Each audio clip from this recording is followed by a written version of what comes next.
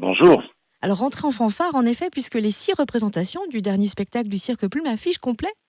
Oui, oui, le cirque Plume est effectivement dans le monde du cirque français extrêmement reconnu. Donc c'est toujours un événement quand ils sont présents quelque part et c'est la 5e fois qu'ils viennent, je crois. Je crois que c'est la 5e fois qu'ils viennent à Châlons. Donc le public est toujours présent et effectivement c'est 5000 personnes qui vont venir ici voir la dernière saison, le dernier spectacle du Cirque Plume. Et c'est pas le dernier spectacle au sens d'une tournée qui en annonce 7 ou 8 autres. Hein. On a connu ça dans d'autres domaines. Non, non, c'est vraiment leur dernier spectacle. Et après, les artistes vont s'évaporer et vivre une nouvelle vie. Voilà.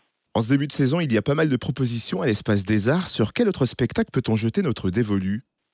Écoutez, là, on est sur une forme circassienne, donc il y a aussi du théâtre. Donc début octobre, je pense à Shakespeare et Comme il vous plaira, qui est mis en scène par Christophe Rowe, qui est un spectacle vraiment très très réussi, qui est plutôt dans les comédies de Shakespeare. Il a écrit des tragédies évidemment très très puissantes, et là, on est plutôt dans le domaine de la comédie.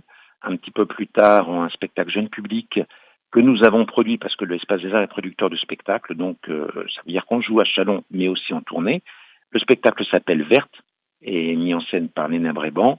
Et puis de la musique, si on parle sur le volet musical, le premier rendez-vous, ce sera un artiste magnifique qui vient du Portugal, qui s'appelle Antonio Zamburro, qui chante et du fado et aussi de la chanson brésilienne. Et puis voilà, on alterne entre théâtre, musique, danse jusqu'à la fin de l'année. Voilà.